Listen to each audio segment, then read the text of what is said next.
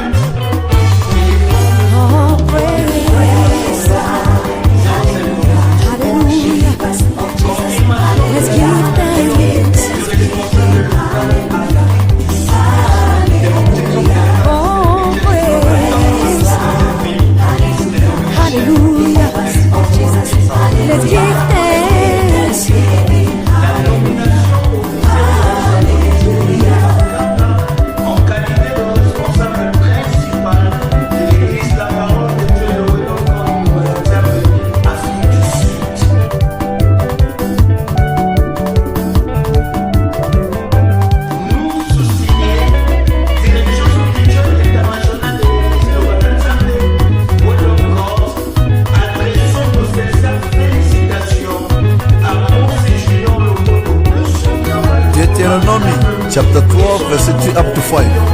And you shall destroy their altars, break their sacred pillars, and burn their wooden image with fires. You shall cut down the carved image of their gods and destroy their names from that place.